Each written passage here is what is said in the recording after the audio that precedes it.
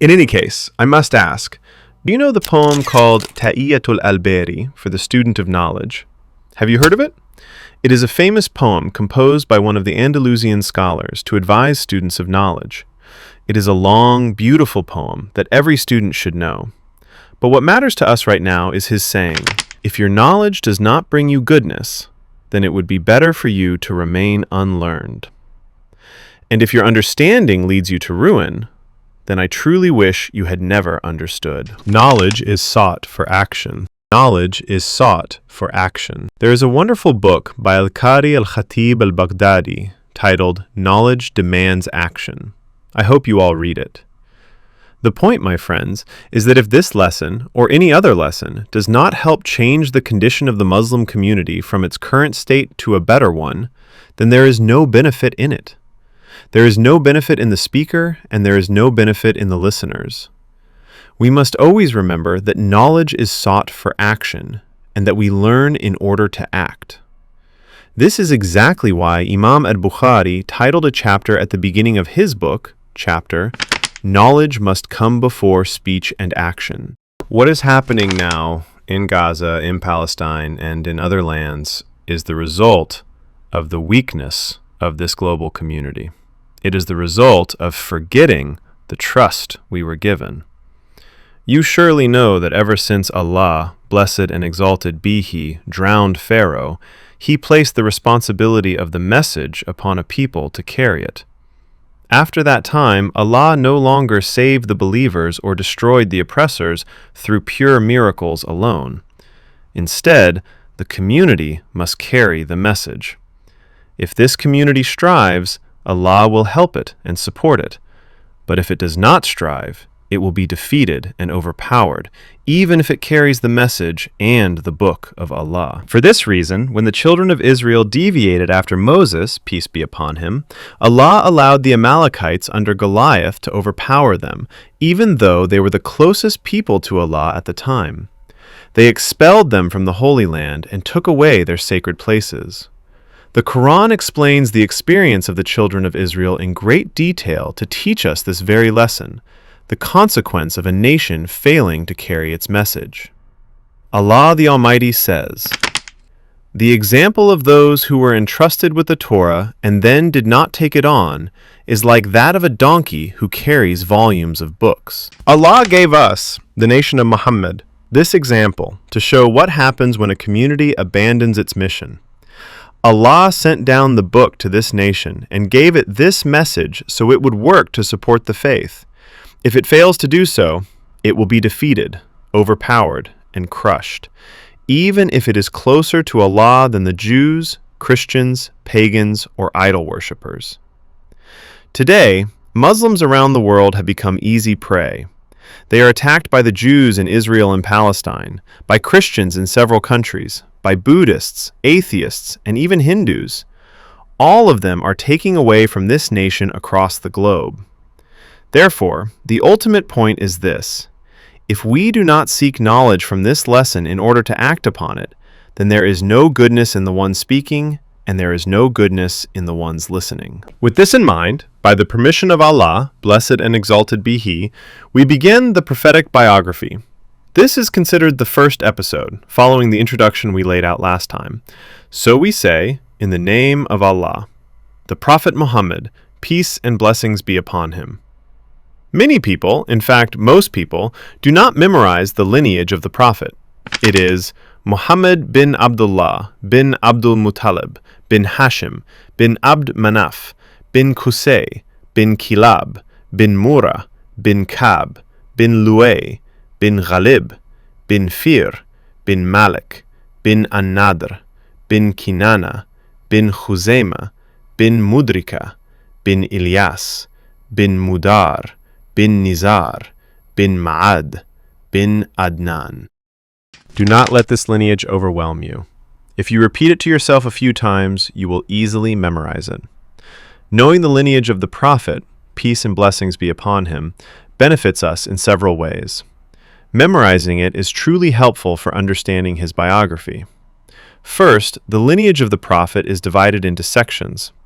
The part from Muhammad back to Adnan is an authentic, established, and unanimously agreed upon lineage. The section I just recited is fixed, preserved, and completely agreed upon. The section from Adnan back to Ishmael is the second part.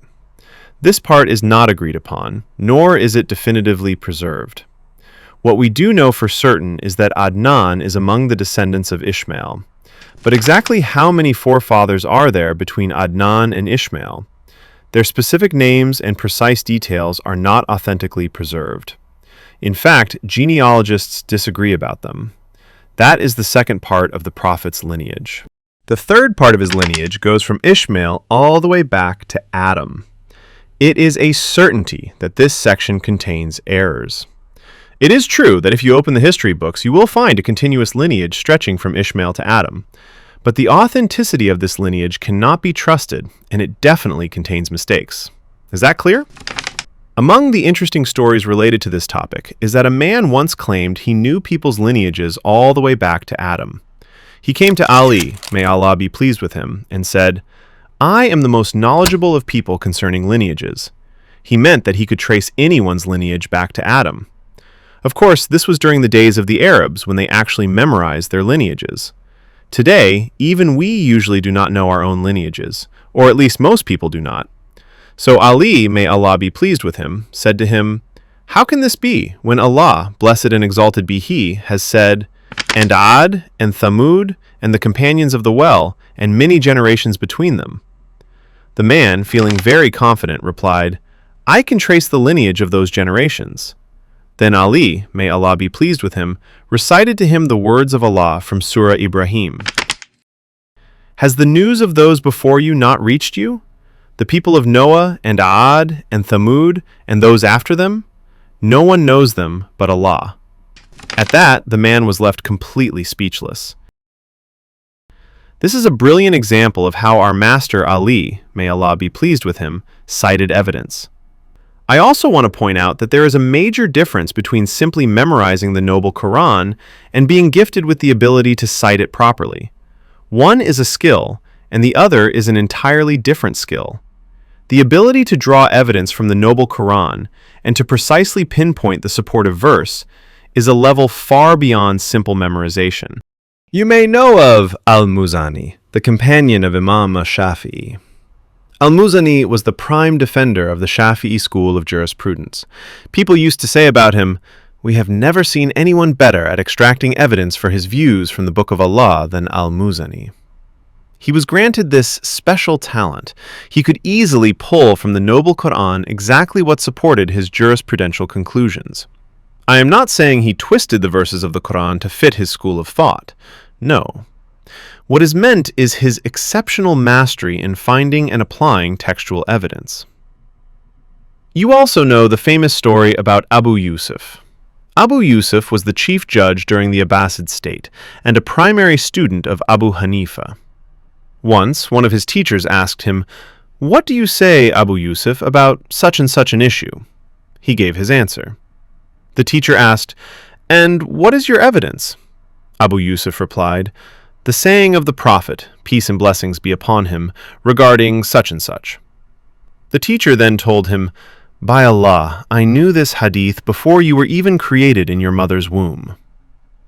This shows that memorization is one thing, but true understanding and the ability to deduce rulings is something else entirely. So, it becomes clear to us that the lineage of the Prophet, peace and blessings be upon him, is divided into these three sections. The first section is from Muhammad to Adnan, which is verified, preserved, and unanimously agreed upon. The second section is from Adnan to Ishmael, which contains disagreements and inconsistencies regarding the names and the number of forefathers. The third section is from Ishmael to Adam, which is the part that certainly contains errors and miswritten names. Now, how does knowing the lineage of the Prophet, peace and blessings be upon him, benefit us? Knowing the Prophet's lineage helps you understand the generations of the Arabs and their timelines. For instance, you generally know that every 3 generations represent about 100 years, meaning that a century usually spans 3 individuals. So, when we count back from the prophet, peace and blessings be upon him, all the way to Adnan, we can approximate the time period in which they lived. This helps us greatly in understanding the events that took place during their time and around them. Of course, studying the conditions of the Arabs during the pre-Islamic period is a subject of extensive research and lengthy studies. A famous Iraqi scholar, Dr. Jawad Ali, excelled in this field. He wrote an outstanding book titled Al-Mufassal fi Tarikh al-Arab Qabl al-Islam. It was originally printed in 10 volumes, then abridged into 3, and later condensed into a single volume. However, it remains the most comprehensive research on the affairs of the Arabs during the pre-Islamic period. This is the first benefit, knowing the classes of the Arabs and the layers of their lineages. The second benefit is that if you memorize this lineage, you will understand many events in the prophetic biography that you did not know before. We mentioned that the lineage of the prophet, peace and blessings be upon him, ends at Adnan. Well, the Ansar, the people of Medina, are not from the descendants of Adnan. Rather, they are from Qahtan. The Arabs in general descend from two major branches, Adnan and Qahtan. The prophet is from the children of Adnan, so he is an Adnani. But the Ansar who supported him and gave him shelter are from Qahtan. When you understand that the prophet is an Adnani and those who supported him are Qahtanis, you realize with certainty that Islam was not and could never be a nationalist, tribal, or clannish movement. This is because the prophet, peace and blessings be upon him, achieved victory through whom?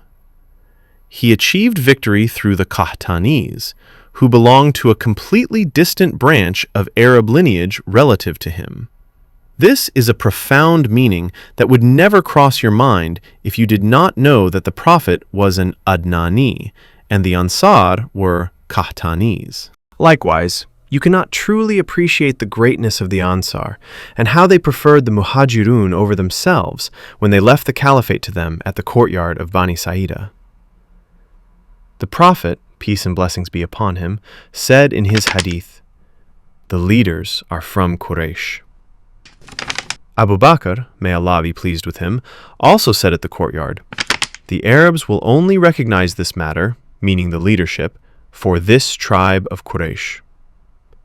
So the Ansar accepted the words of Abu Bakr. They said, "We are the helpers of the successor of the Messenger of Allah, just as we were the helpers of the Messenger of Allah."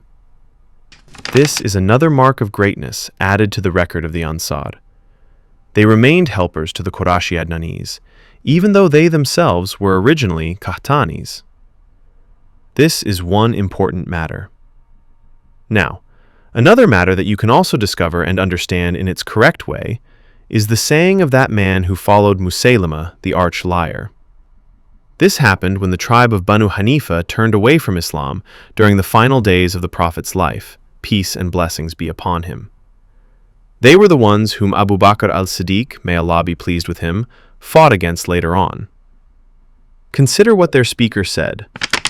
"By Allah, I know that Muhammad is telling the truth, and that Musaylama is a liar. But the liar of Rabi'ah is more beloved to us than the truthful one of Mudar." The two words, Mudar and Rabi'ah, in this statement, you cannot understand their true meaning unless you pay attention to the ancestors of the Prophet. The distant ancestor of the Prophet is Mudar bin Nizar bin Ma'ad bin Adnan. This ancestor is countered in the other branches of Arab lineage by Rabi'ah.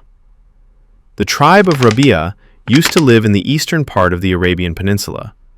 Therefore, you cannot truly understand this phrase, "The liar of Rabi'ah is more beloved to us than the truthful one of Mudar," unless you grasp this connection in lineage. Likewise, another situation that you cannot understand without memorizing this lineage is the hadith of the Prophet, peace and blessings be upon him, where he said, "Indeed, Allah chose Kinana from the children of Ishmael, and he chose Quraysh from Kinana, and he chose Banu Hashim from Quraysh, and he chose me from Banu Hashim. In another narration of the hadith in Sahih Muslim, he said, "So I am the best, from the best, from the best." This hadith cannot be fully understood with its complete meaning unless you keep the lineage in mind. There is also another matter. You cannot understand the conflict that was taking place in Mecca without recalling this lineage. Take, for example, the famous statement of Abu Jahl. He said, "We and the tribe of Banu Abd Manaf competed for honor. They fed people, so we fed people. They carried burdens, so we carried burdens. They gave charity, so we gave charity. When we were neck and neck, like two racing horses, they said, 'From us is a prophet who receives revelation from heaven.' When could we ever compete with something like that?"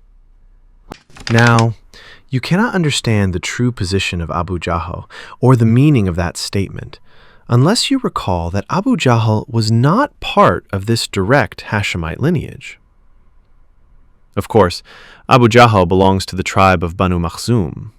Banu Makhzum meet the lineage of the Prophet, peace and blessings be upon him, at their ancestor Murrah. Remember, we mentioned the lineage as Muhammad bin Abdullah, bin Abdul Muttalib, bin Hashim, bin Abd Manaf, bin Qusayy, bin Kilab, bin Murrah. This is exactly where Abu Jahl meets the Prophet in lineage, because Abu Jahl is Amr bin Hisham, bin al-Mughira, bin Abdullah, bin Umar, bin Makhzum, bin Murrah. We will soon look at what explains this matter even further, but you cannot understand Abu Jahl's statement unless you realize exactly where his lineage connects with the Prophet, peace and blessings be upon him. This also applies to the events of the biography itself. For example, when Utbah bin Rabi'ah came to the Prophet, peace and blessings be upon him, and asked him, "O Muhammad, are you better, or is Abdul Muttalib?"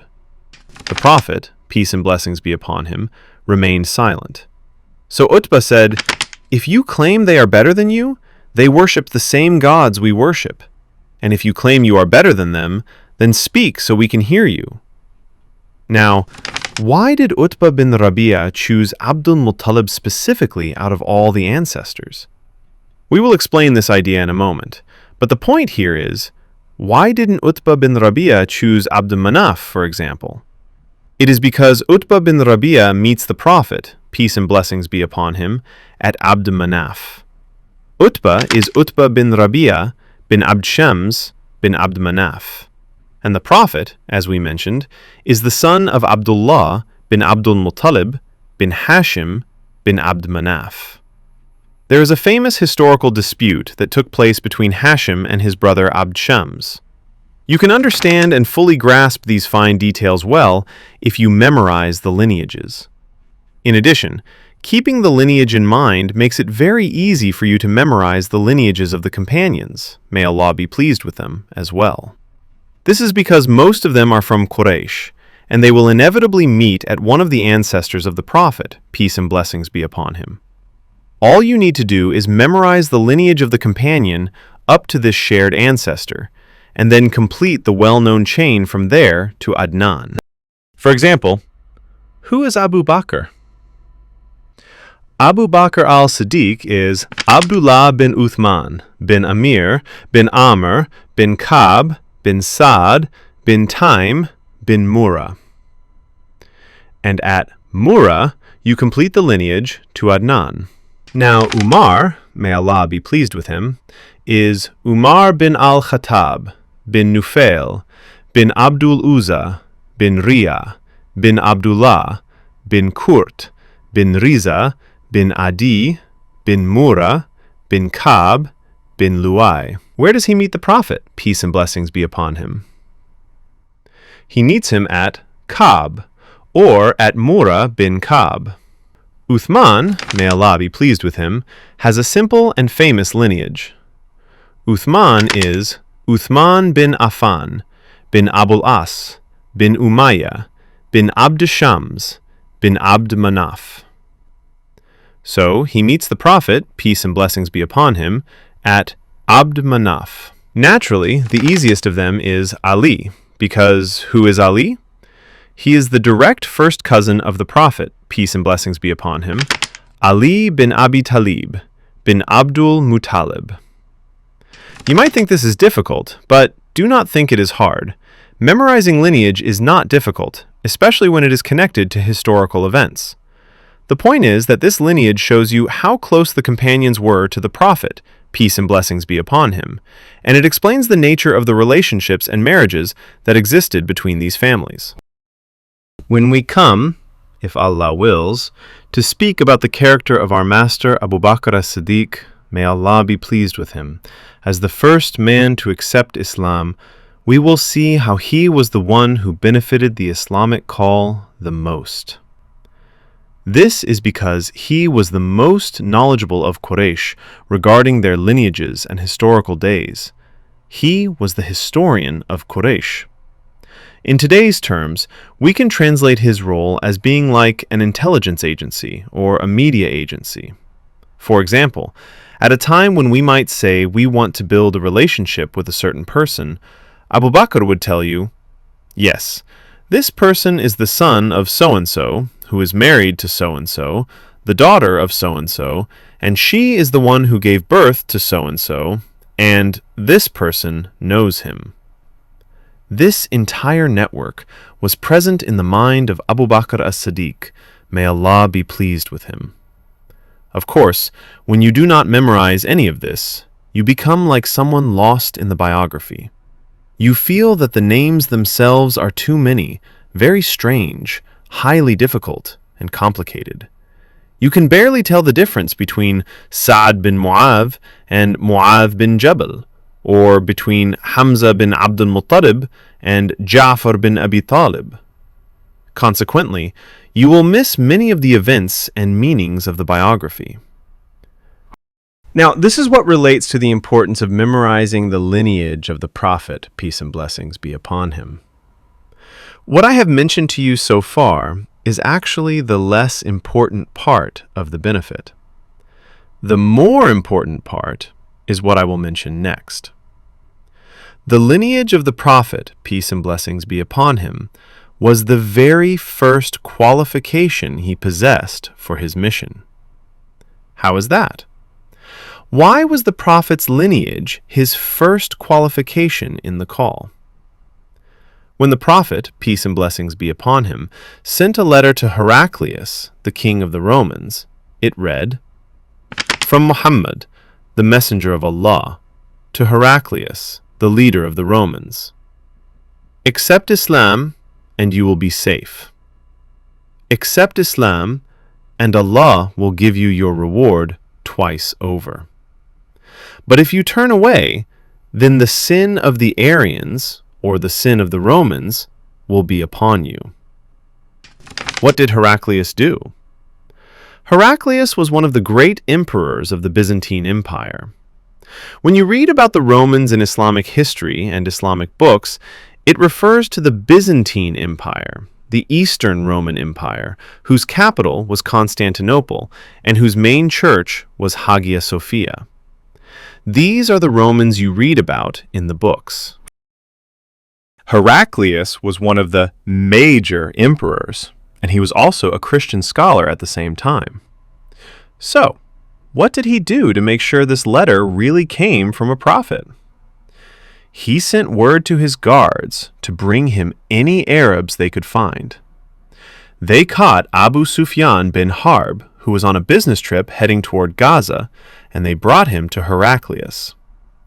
Heraclius asked Abu Sufyan exactly 11 questions.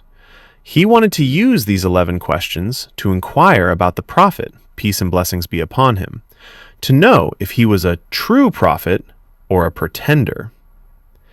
The very first thing he asked about him was, "How is his lineage among you?" Abu Sufyan replied, "He is of noble lineage among us." Heraclius then said, "Likewise, this is the case with prophets. They are the descendants of the noblest among their people." In another narration, it says, "In fact, all the prophets come from noble families amongst their respective peoples. One is the narration of Al-Bukhari, and the other is the narration of Muslim. Therefore, it is the way of Allah with prophets to send them from the nobles of their people, from their respected lineages, and from the prominent families among them. Why does Allah send prophets from the prominent families of their people?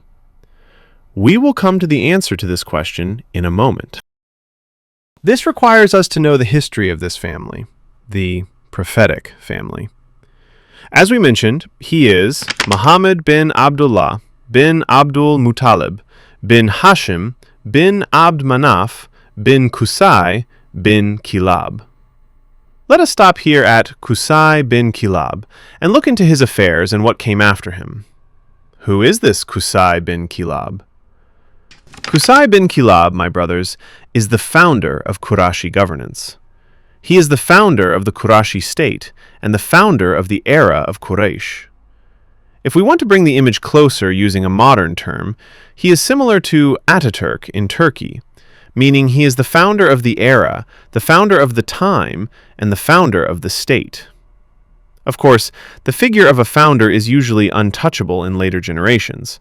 For example, today we are 100 years after the era of Ataturk, yet he is still legally protected despite all efforts, and he still enjoys great reverence among his people. It is also similar to Khomeini in Iran. You cannot touch the person of Khomeini in Iran today, because he is the founder of their current era. It is also like King Abdulaziz in Saudi Arabia. So, Qusayy bin Kilab is the founder of Qurashi rule. What does it mean that he is the founder of Qurashi rule? He is the one who transformed Quraysh and transformed Mecca from a mere village into a city, and he is the one who created its system of governance. Before that, this land was a holy land, of course, containing the venerated house ever since Abraham and Ishmael, peace be upon them, built it.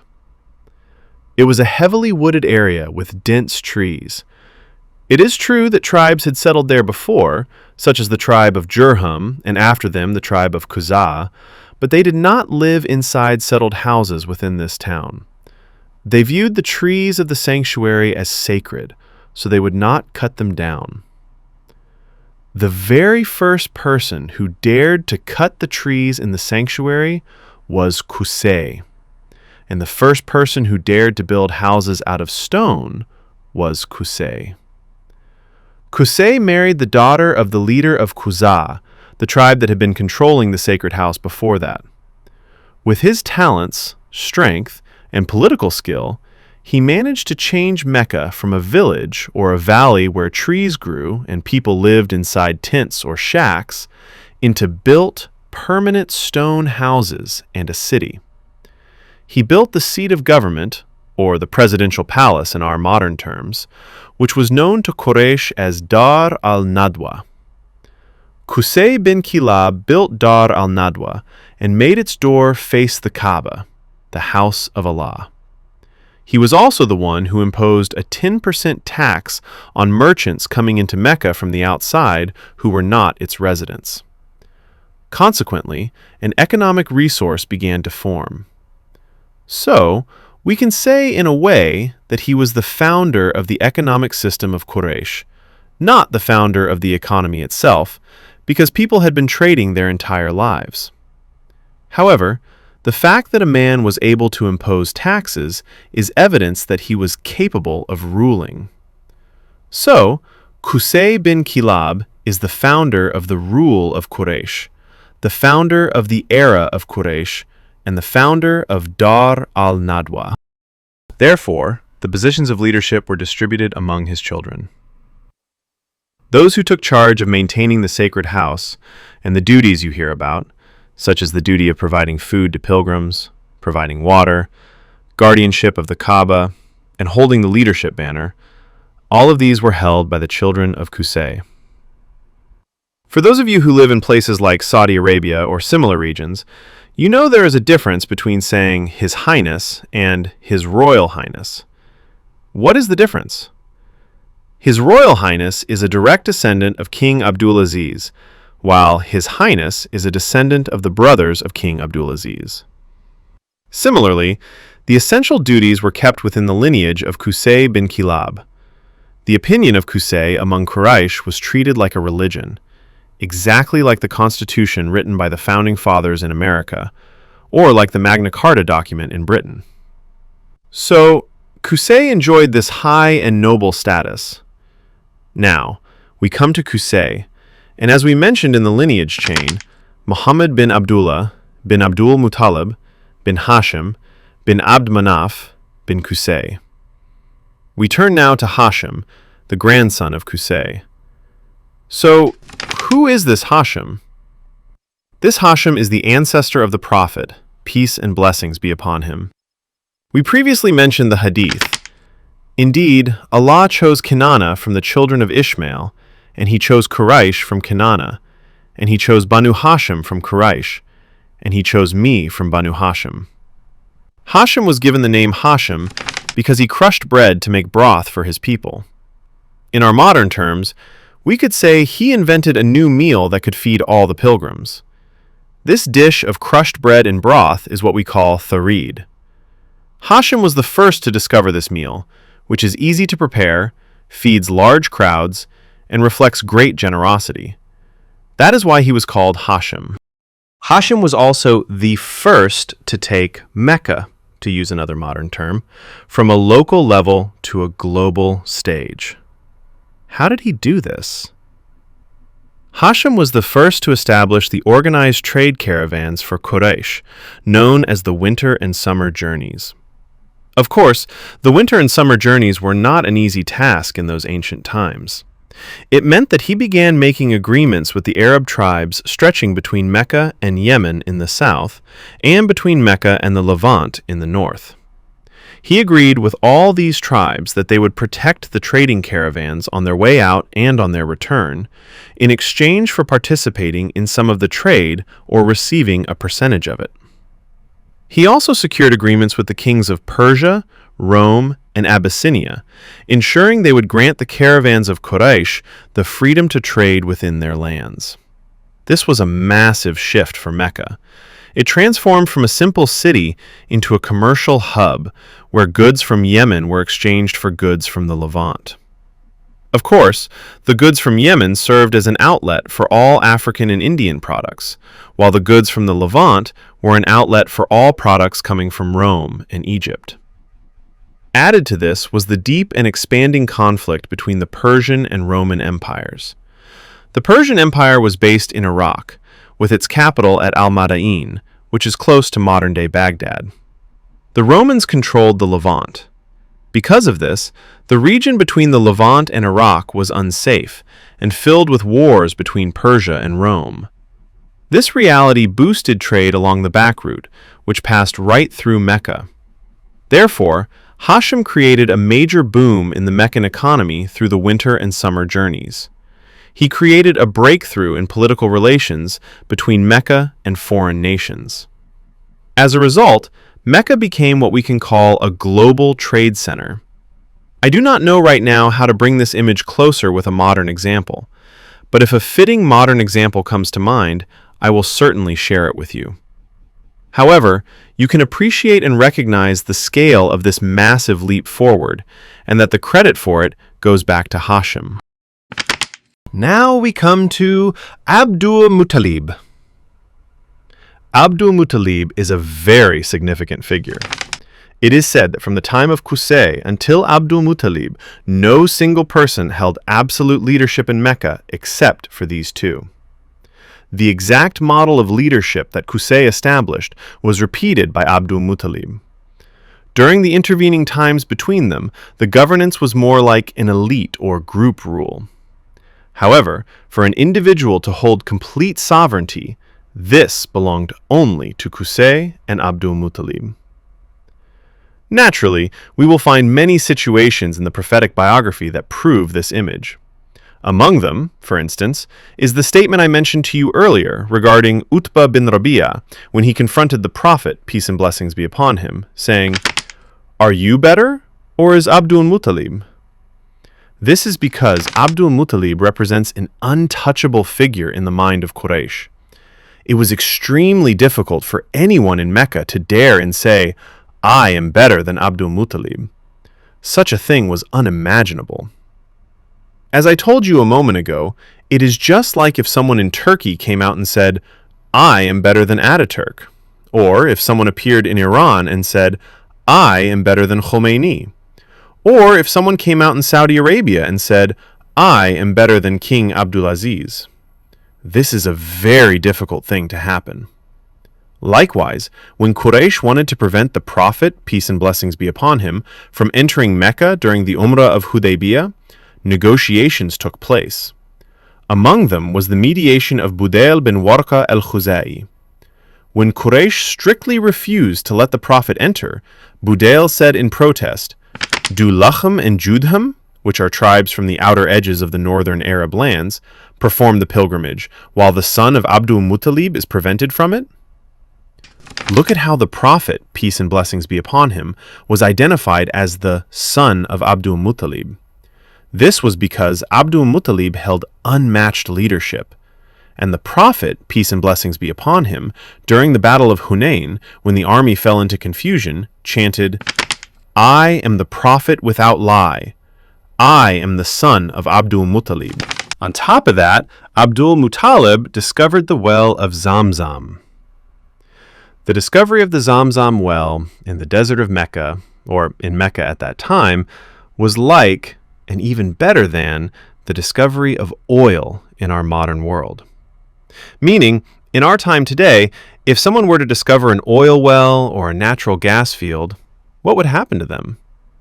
They would achieve extreme wealth and a massive status, as they say.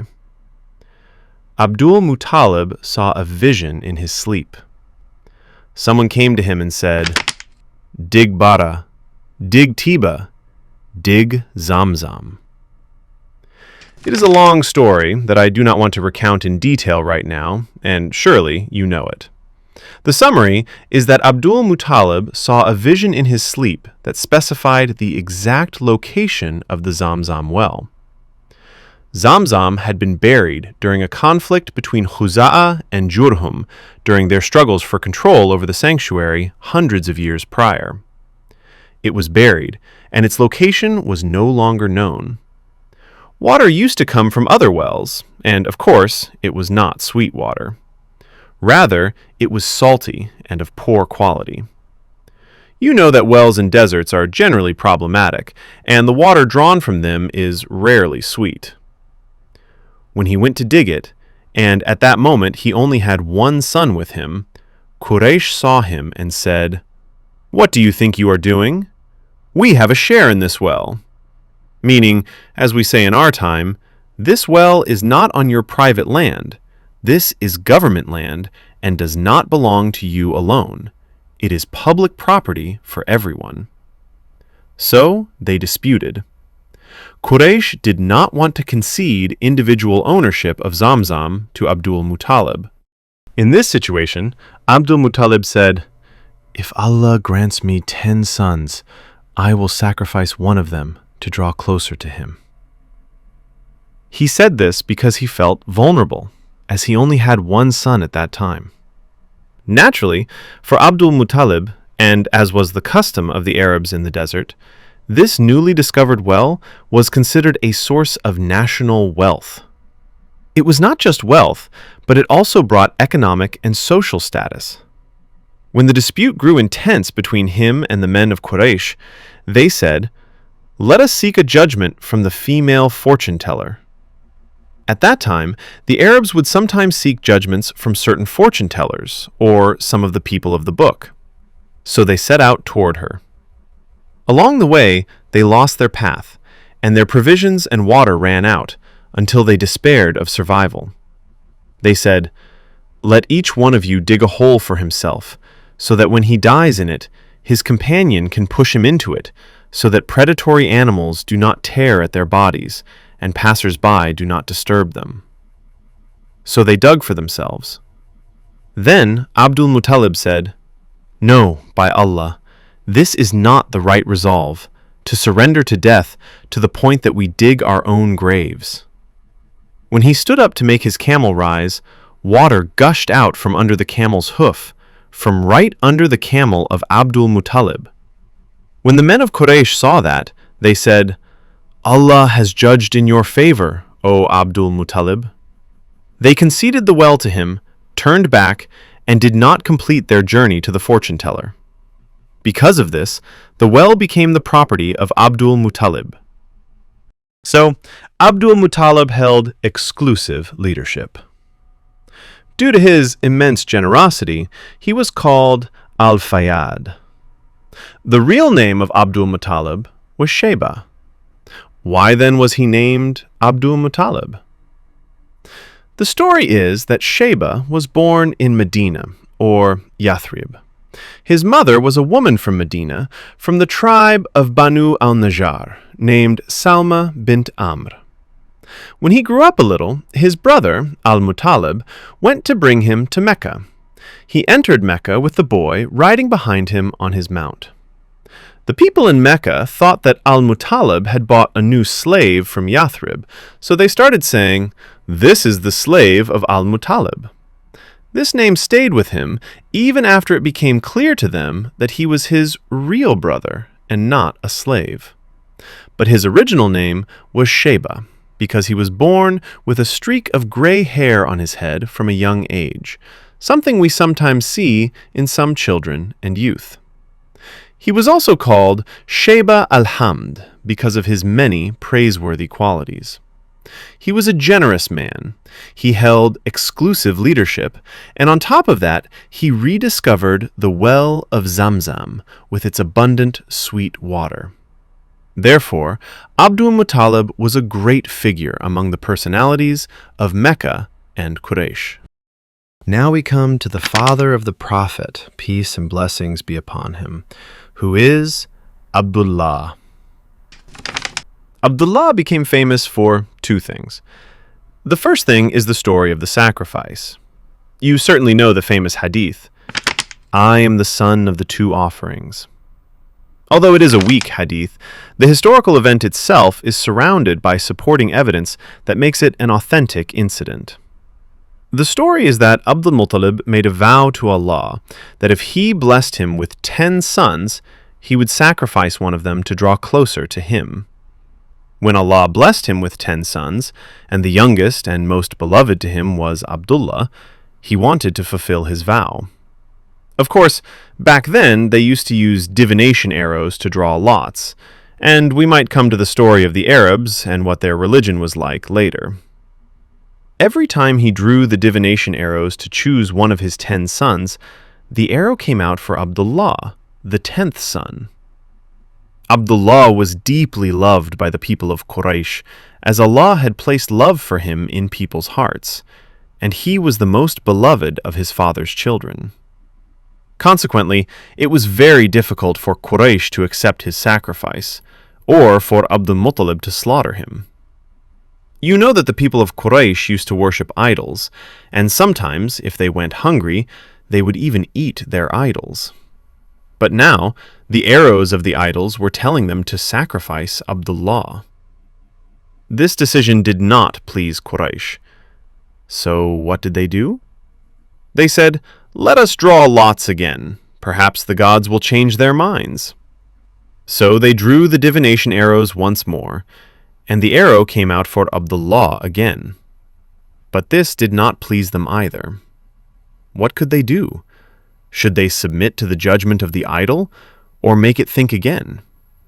Yes, they asked it to reconsider. This is just like the world we live in today, which consumes its own idols, values, and principles. In any case, they found that the arrow kept pointing persistently to Abdullah. So they said, "No, this cannot be. It seems the gods are in a harsh and rigid mood today, and we do not like this option. Let us go to a female fortune-teller in the Hijaz to ask her what we should do about this matter, and how we can find a way out for Abdullah." Of course, you know that every society must have a religious leadership. In modern societies, this leadership is called the legal authority, such as the Supreme Constitutional Court. Today, if a head of state wants something, and this thing goes against the Constitution, what is the job of the Constitutional Court? Its job is to regulate, adapt, and interpret the president's view so that it aligns with the law. So, they went to the fortune teller to give them a way out, or a ruling, because the arrow kept insisting on Abdullah, and they refused to sacrifice him.